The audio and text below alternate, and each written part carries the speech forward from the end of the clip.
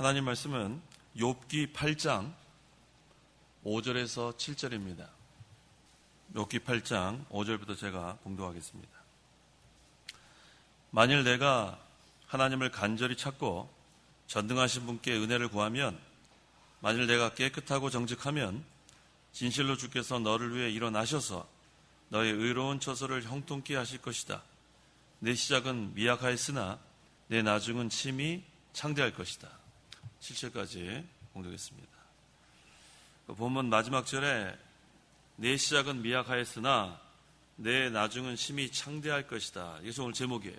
이 시간 증거할 말씀의 제목은 시작은 미약하지만 나중에 창대할 것이다. 한번 따라해 보세요. 시작은 미약하지만 나중에 창대할 것이다.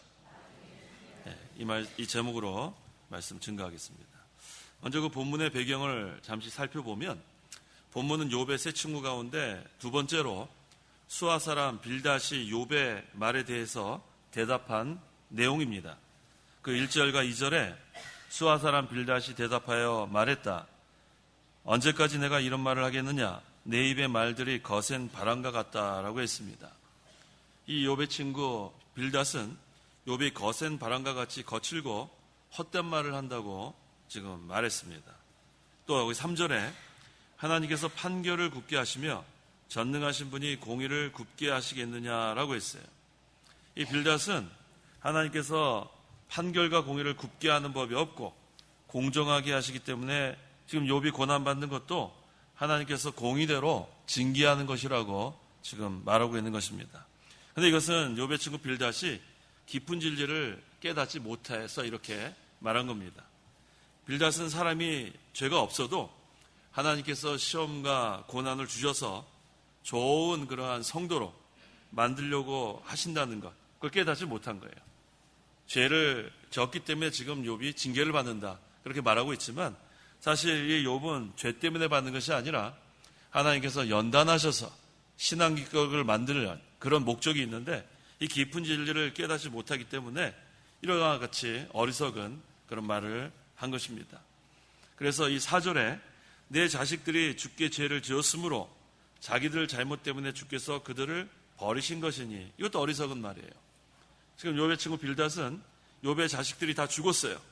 그것이 죄값으로 죽었다고 또 이렇게 말하고 있습니다.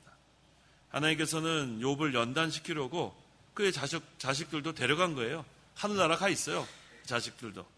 그런데 그 자식들이 죄값으로 죽었다고 또 이렇게 얘기하고 있습니다.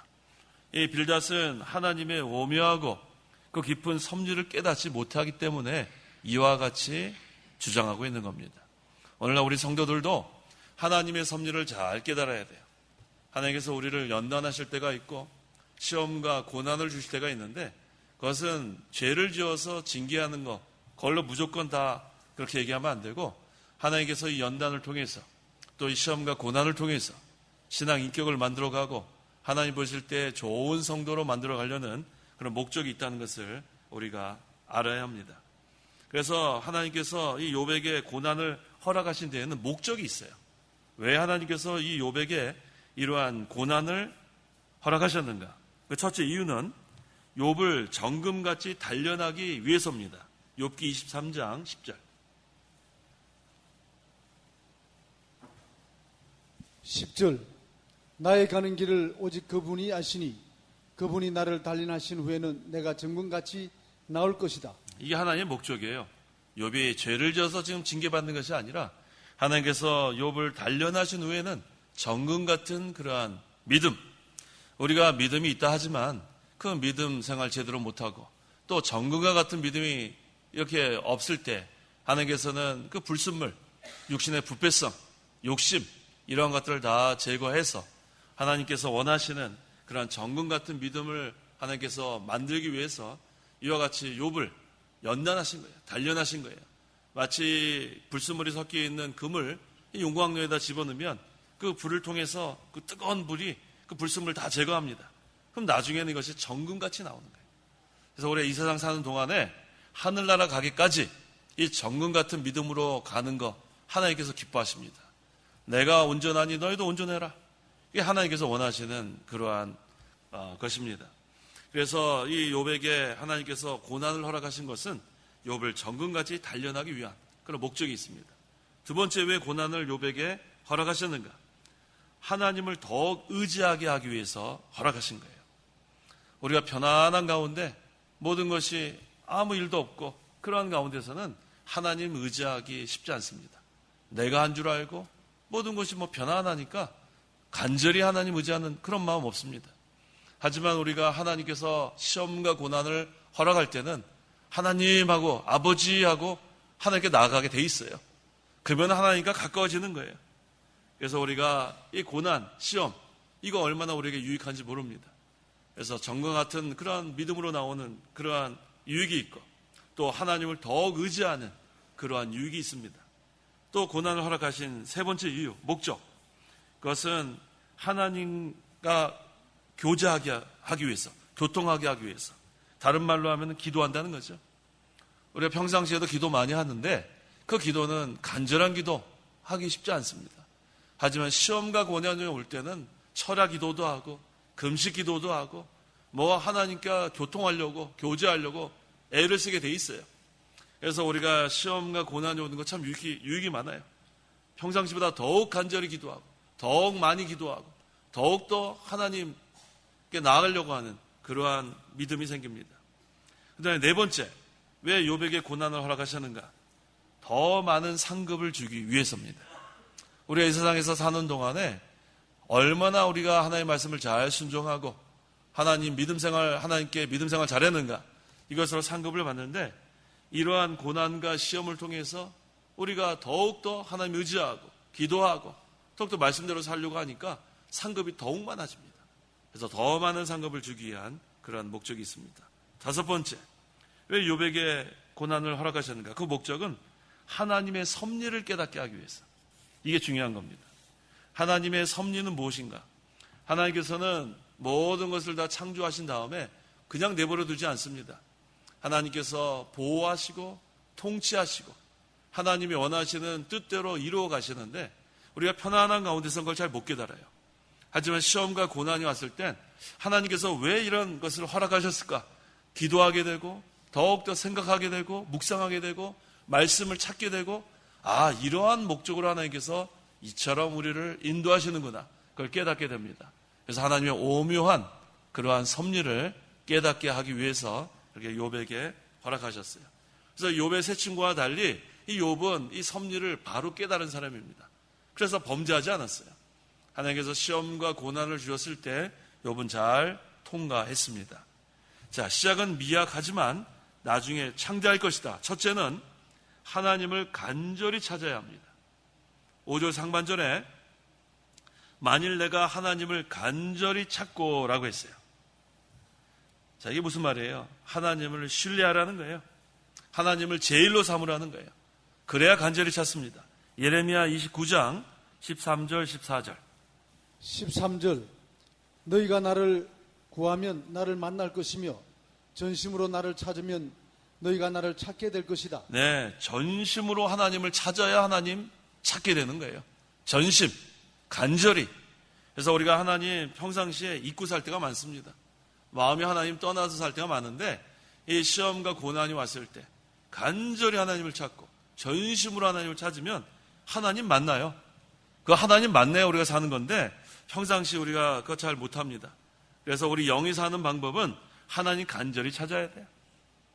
간절히 찾고 전심으로 찾고, 그러면 하나님께서 우리 영을 살려주시고 수송케 해주시고 생명과 능력이 있는 그런 신앙생활을 해나갈 수 있습니다. 하나님을 찾는다는 것은 더 구체적으로 말하면 하나님 나라와 의를 찾는 겁니다. 마태복음 6장 33절 33절 오직 너희는 먼저 하나님의 나라와 그분의 의를 찾으라. 그러면 이 모든 것들을 너희에게 더하여 주실 것이다. 네, 하나님 나라와 그분의 의를 찾아라. 하나님 나라는 하나님께서 통치하시는 나라가 하나님 나라예요. 우리가 하나님을 간절히 찾으면 그 나라가 우리 심령에 이루어집니다. 그럼 하나님의 통치를 받게 돼요. 지금까지 내가 내 힘으로, 내 노력으로, 내 계획대로 우리가 힘을 다 썼는데 자꾸 실패합니다. 하지만 이제 하나님을 찾게 되면 하나님 나라와 하나님의 의를 찾게 되면 그 다음에는 성공이에요. 왜? 하나님의 통치를 받게 되니까 나머지는 하나님 덤으로 다 주게 돼 있습니다. 그런데 우리가 하나님의 나라가 심령에 이루어지지 않으면 세상의 것을 가지고 고민하고 걱정하고 입을 것 먹을 것 이것 때문에 우리가 살게 될 수 있어요. 하지만 하나님께서는 그것은 염려하지 마라. 하나님만 찾아라. 하나님 나라와 하나님의 의만 찾아라. 그러면 뭐라고 했어요? 이 모든 것들을 너희에게 더하여 주실 것이다. 덤으로 준다는 거예요. 그러면 세상의 것은 염려할 게 하나도 없습니다. 그래서 우리는 지금은 미약한데, 시작은 미약한데 나중에 창대해지려면 어떻게 해야 되는가? 첫째는 하나님을 간절히 찾아야 돼요. 전심으로 찾아야 돼요. 하나님 나라가 이루어지도록 찾아야 돼요.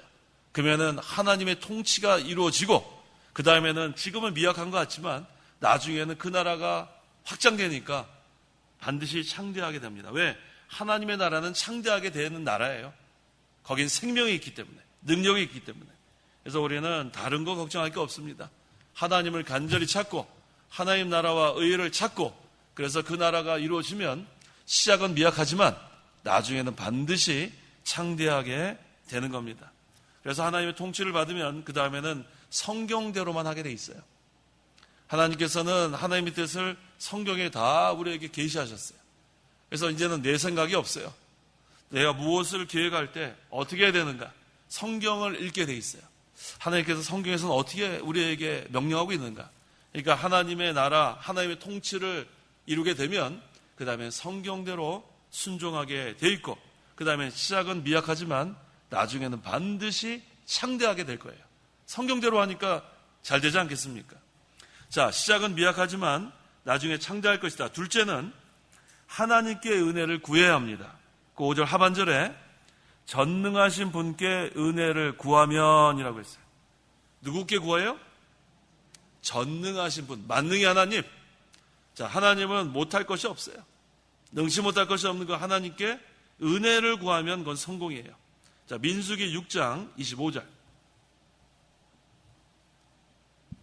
25절. 여호와께서 그분의 얼굴을 내게 비추시고 내게 은혜 주시기를 원하며. 하나님께서는 항상 우리에게 얼굴을 향하고 계십니다. 하나님 얼굴이 있다는 게 아니라 항상 우리를 향하고 계시다는 거예요. 그 다음에 내게 은혜 주시기를 원하며. 하나님은 우리에게 은혜 주기를 원하시는 하나님이에요. 근데 여기 은혜라는 단어가 히브리어로 하난이라고 합니다. 하난. 히브리어로 하난. 이게 무슨 뜻이냐면 원래 뜻이 구부리다 그런 뜻이에요. 하난의 뜻은 구부리다. 아랫사람에게 몸을 굽히다. 그런 뜻이에요. 원래의 뜻은. 그런데 이것이 좀 발전해서 이 하난이라는 단어가 은혜를 베풀다, 긍휼히 여기다 이렇게 발전된 거예요.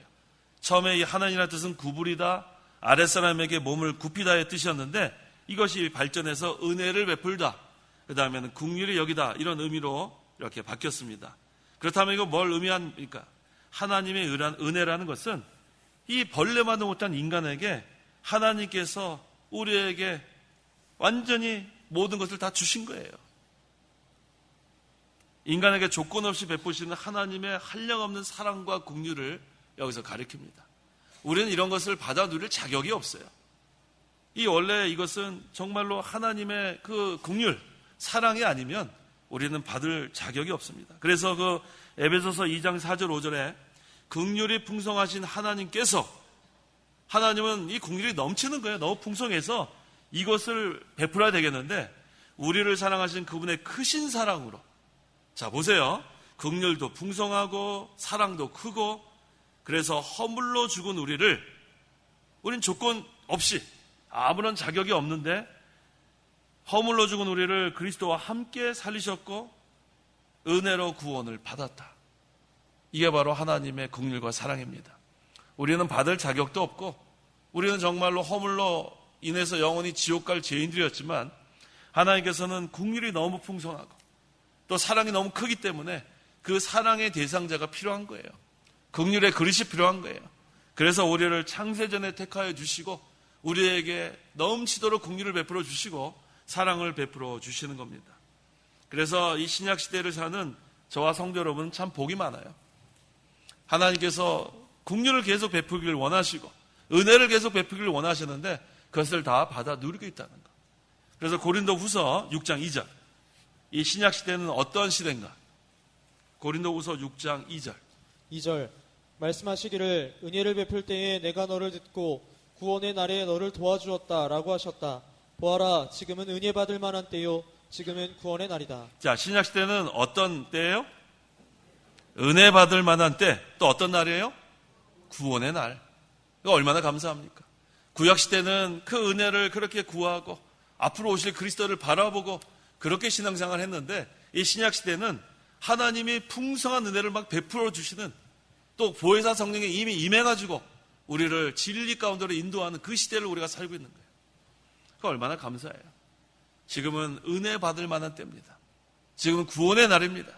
그래서 우리 하나님께 은혜를 구하기만 하면 은혜가 풍성한 하나님이 얼마나 많이 베풀어 줄지 몰라요. 구하지 않아서 은혜를 받지 못한다고 했어요.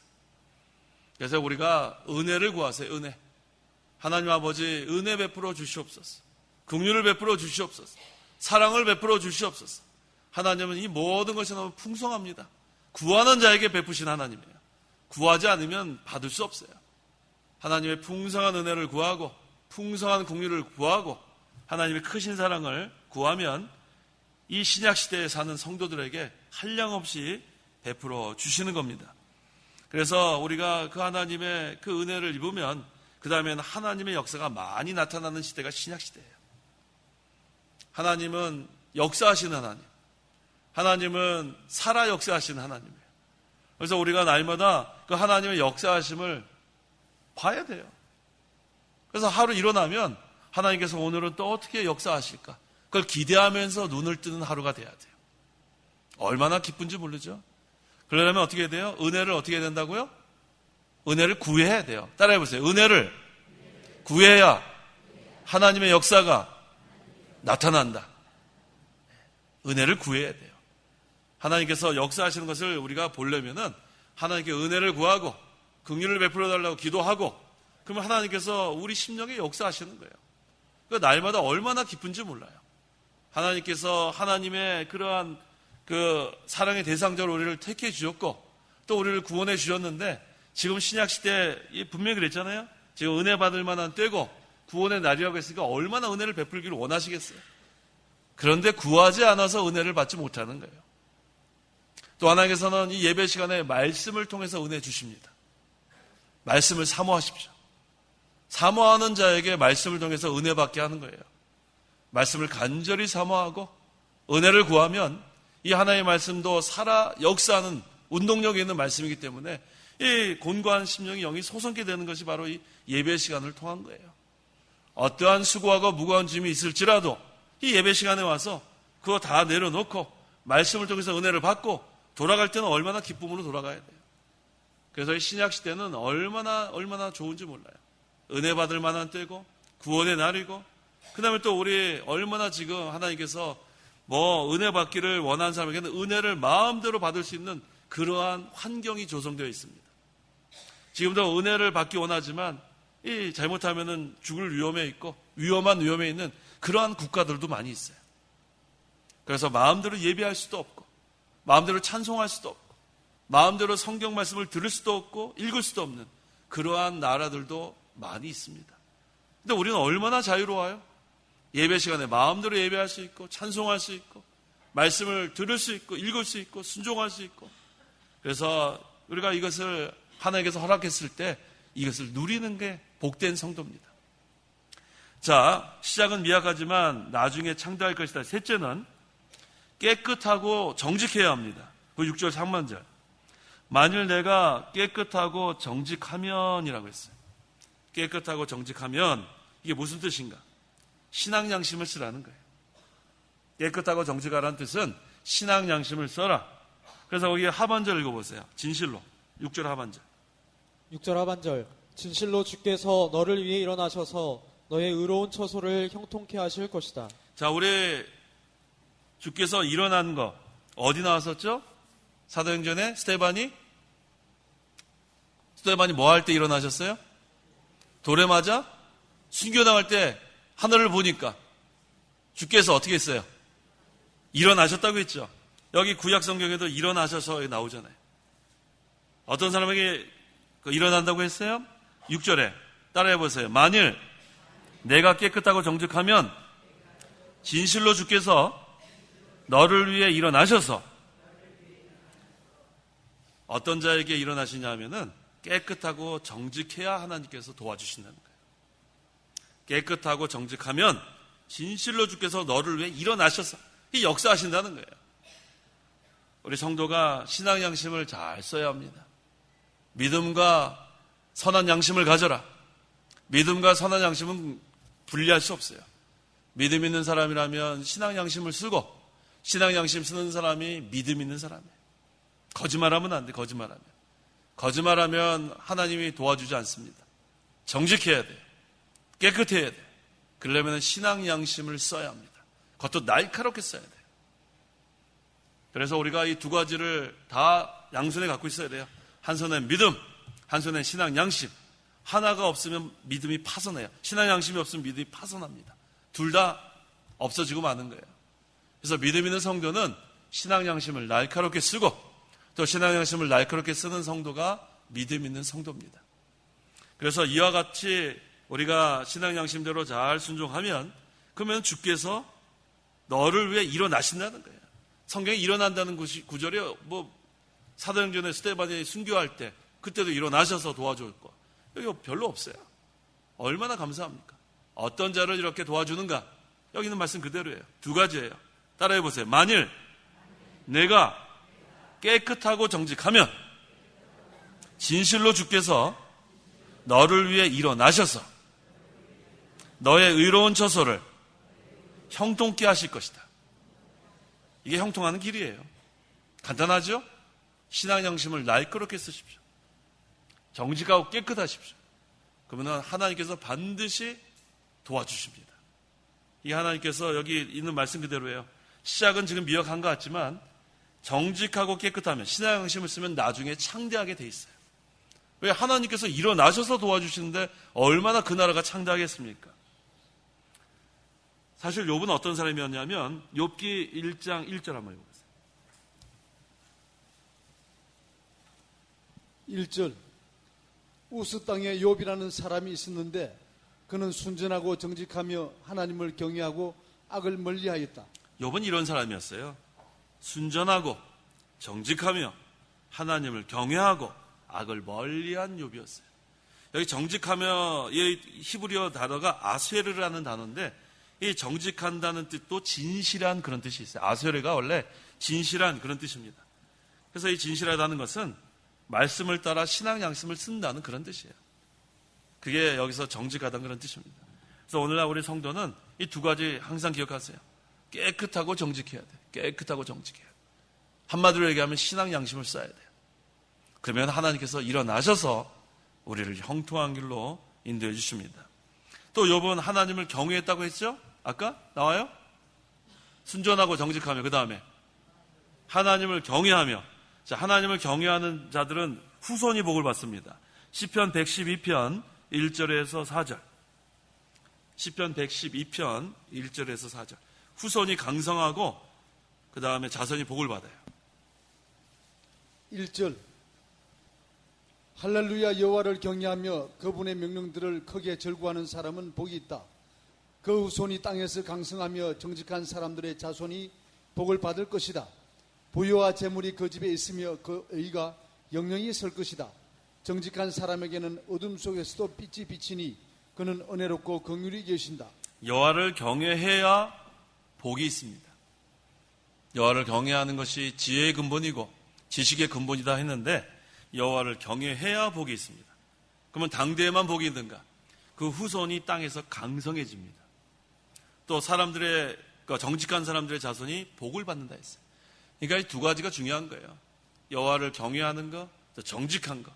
그러면 자신도 복을 받고 자손도 복을 받고 그 다음에 하늘의 복만 받는가? 이게 보니까 부요와 재물이 또 그 집에 있다는 거예요. 결론은 간단하죠. 여호와를 경외하고 정직하고 하나님 나라와 의를 구하면 이 세상에 부요와 재물은 따라오게 돼 있다는 거예요. 따라오게 돼 있어요. 그 순서가 바뀌면 안 돼요. 여호와를 경외하지 않고 정직하지 않으면 세상에서 잘 될 수 없어요. 그래서 우리가 항상 기억하십시오. 여호와를 경외하는 생활, 말씀을 즐거워하는 생활, 그러면은 당대의 복을 받고 후손이 강성해지고 또 자손이 복을 받고 그다음 부요와 재물도 따라오고 그다음에 보세요. 그 의가 영영히 설 것이다. 하늘나라 가서도 그 의가 남는 거예요. 얼마나 좋습니까? 정직한 사람에게는 어둠 속에서도 빛이 비치니 그는 은혜롭고 긍휼히 여기신다. 하나님은 어떤 사람에게 은혜와 긍휼을 베푸시는가? 정직한 사람에게 은혜와 긍휼을 베푸는 거예요. 정직하다는 것은 아까 아세르의 무슨 뜻이라 했어요? 아세르가 진실하다는 뜻이에요. 진실하다. 항상 진실해야 돼. 첫째도 진실, 둘째도 진실, 셋째도 진실. 거짓말하면 안 돼요. 거짓말하면 하나님이 도와주지 않습니다. 항상 우리는 진실해야 돼요. 아세르, 히브리어 말로 아세르가 진실한 그런 뜻이에요.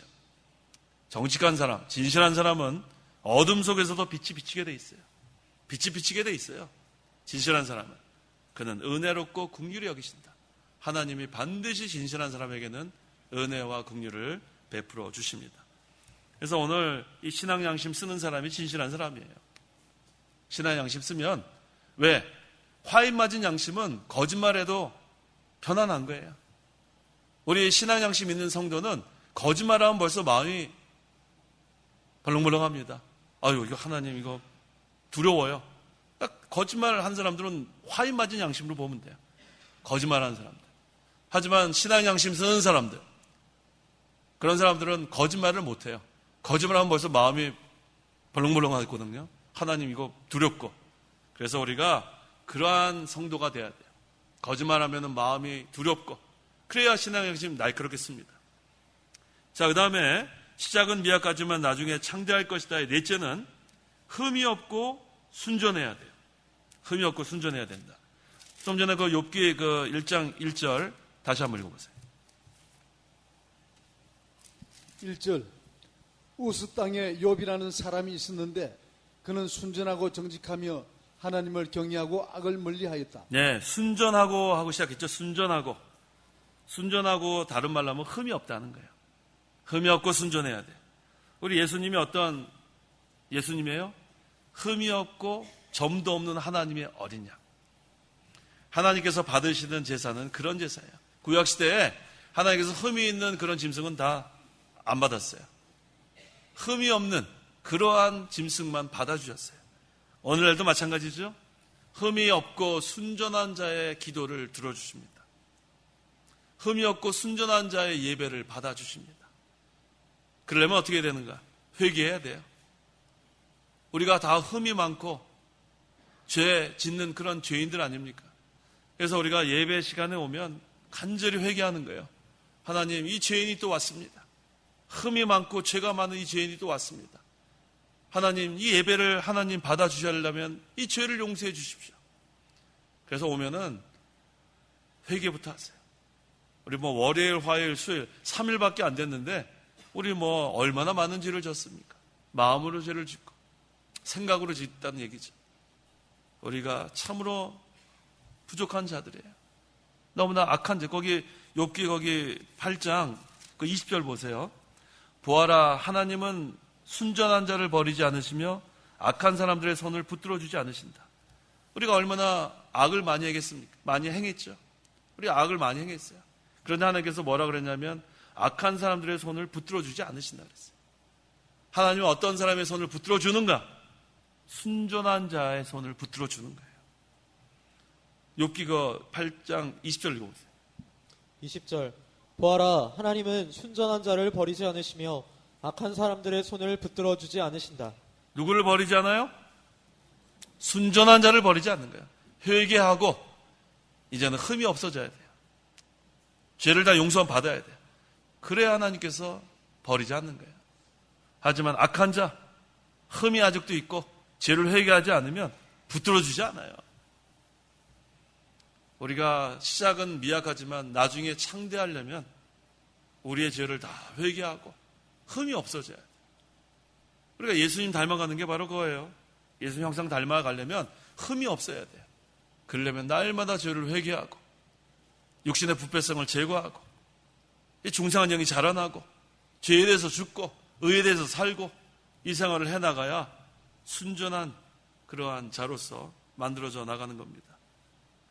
자, 우리 예수님 어떤 어린 양이라고 했어요? 베드로전서 1장 18절, 19절. 우리 예수님은 어떤 어린 양인가? 우리 예수님 따라가야 되겠는데 어떤 예수님인가? 18절.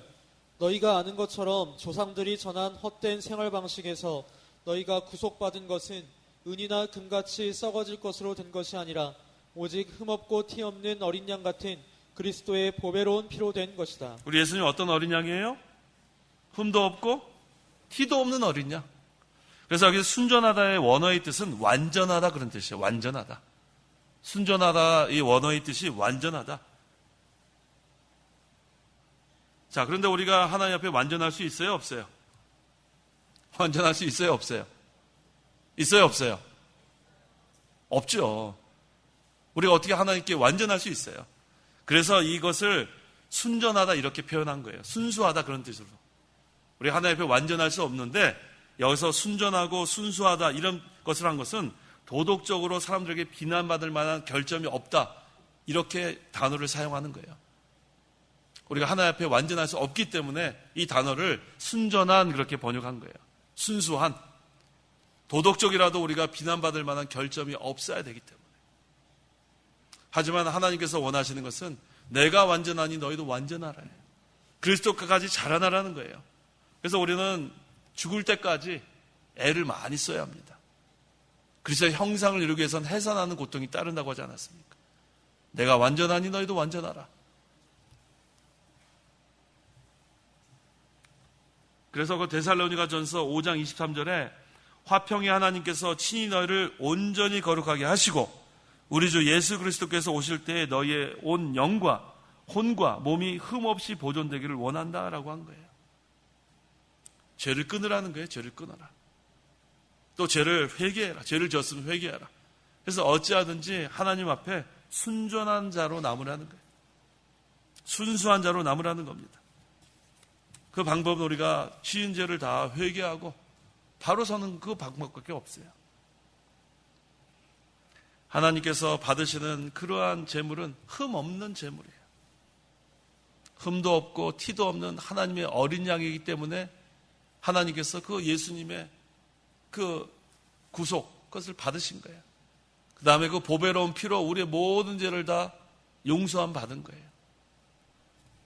우리 스스로는 흠도 없고 티가 없는 제물이 될 수 없지만 이제 예수 그리스도의 보배로운 피로 우리의 모든 죄를 다 용서함 받은 게 감사한 거예요. 이제는 우리가 왕 같은 제사장이 돼서 하나님 앞에 나올 수 있게 된 것은 바로 예수님께서 흠도 없고 티도 없는 하나님의 어린 양으로 오셔서 우리를 대신해서 피 흘려 죽으심으로 말미암아 우리의 힘으로는 할 수 없는 그 일을 다 감당해 주셨고 이제 우리는 예수님을 믿기만 하면 죄 용서함을 받았고 이제 그리스도와 연합이 된 거예요. 연합이 된 거예요. 나는 할 수 없지만 이제는 우리가 그 능력을 힘입어서 흠없는 생활을 해나갈 수 있게 되는 겁니다. 내 능력으로 되는 게 아니라 예수 그리스도의 능력으로 우리가 해나갈 수 있는 거예요. 오늘 제목이 시작은 미약하지만 나중은 심히 창대할 것이라고 했어요. 자, 이 욥의 시작을 보면 미약합니다. 근데 나중은 어떻게 됐어요, 욥이? 처음에는 미약했지만 나중에 어떻게 됐어요? 그 욥기 42장 12절. 나중에 어떻게 되나 보세요. 12절. 여호와께서 욥의 후년에 이전보다 더 복을 주셨으니 이게 중요한 거예요. 시작은 미약하지만 나중에 후년에 이전보다 더 복을 주셨다. 이게 오늘의 가장 중요한 부분이에요. 우리가 지금 시작은 미약하지만 나중에 복받는 성도는 어떤 성도인가? 하나님을 간절히 찾는 성도예요. 하나님께 은혜를 구하는 성도예요. 깨끗하고 정직한 성도예요. 흠이 없고 순전한 성도가 나중에 창대하게 되는 복을 받습니다. 이것은 나중에 하늘나라 가서 우리가 상급받는 것도 얘기하지만 아까 말씀드린 것처럼 하나님의 나라와 의를 구하는 자, 이 세상에서 욥은 어떠한 복을 받았나? 몇 배를 받았어요? 몇 배 받았어요, 욥이? 2배. 갑절의 복이라고 했죠? 여기 한번 찾아보니까 환난 당하기 전에는 양이 몇 마리였어요? 7,000마리였어요. 그 다음에 이거 통과한 다음에 몇 마리가 됐어요? 14,000마리가 됐어요. 낙타는 몇 마리였어요? 3,000마리였어요. 나중에 몇 마리가 됐겠어요? 6,000마리가 됐어요. 소는 500결이었는데 나중에 1,000결이가 되고, 암나귀는 500마리였는데 1,000마리가 되고, 아들 7과 딸 3. 벌써 그 하나님 데려가신 그러한 10남매는 하늘나라에 있죠? 또 하나님께서 10남매를 또 주셨어요. 그러니까 이처럼 우리가 하나님을 잘 섬기고 하나님께서 원하신 대로 하면 갑절의 복을 받는 거예요. 갑절의 복을 받는 거예요. 시작은 미약하지만 나중은 이와 같이 창대하게 되는 겁니다. 하늘의 복도 우리가 받게 되어 있고, 하나님께서 하나님 나라와 의를 구하면 세상에서 이렇게 갑절의 복을 주시는 하나님 걸 그렇게 믿고 나가면 되는 거예요. 그래서 오늘 이 중요한 겁니다. 우리가 시작은 미약하지만 나중에 창대하게 되는 법은 이 4가지예요. 한번 따라해 보세요. 하나님을 간절히 찾아야 한다. 하나님께 은혜를 구해야 한다. 깨끗하고 정직해야 한다. 흠이 없고 순전해야 한다. 우리 힘으로 하는 게 아니라 그랬죠? 예수님 믿으면 그리스도와 연합이 됐기 때문에 그리스도께서 주신 능력을 힘입어서 이 생활을 해나가면 됩니다. 기도하십시오. 기도하겠습니다. 하나님 아버지 감사합니다.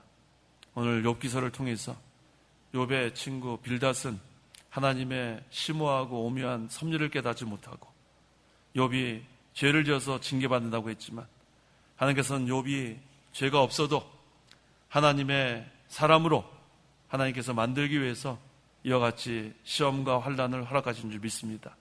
오늘날 우리도 여러 가지 그러한 시험과 고난을 통해서 또 여러 가지 연단을 통해서 하나님께서 기뻐하시는 하나님의 사람으로 온전히 만들어지기를 간절히 원합니다. 시작은 미약하지만 나중은 창대하는 법을 우리에게 가르쳐 주셨사오니 이제는 우리가 하나님을 간절히 찾기를 원합니다. 하나님 더욱 의지하기를 원합니다. 하나님만 신뢰하기를 원합니다. 하나님께서 은혜를 베풀어 주시고 하나님께서 항상 긍휼을 베풀어 주셔서 우리가 어려움을 당할 때마다 하나님께서 베푸시는 은혜와 긍휼을 통해서 모든 것을 통과할 수 있도록 도와주시옵소서. 또 하나님은 정직하고 깨끗하기를 원하시고 흠없고 순전하기를 원하시오니 항상 우리의 힘으로는 이것을 해나갈 수 없지만 우리가 예수를 믿을 때 그리스도와 연합이 되었고 그리스도께서 우리에게 베푸시는 그 능력을 힘입어서 하나님께서 원하시는 그 생활을 잘 해나갈 수 있도록 도와주시고 저희 모든 성도들이 형통할 수 있도록 은혜 베풀어 주시옵소서. 예수님의 이름으로 기도하옵나이다. 아멘. 찬송가 446장, 제 찬송가 391장, 446장, 391장.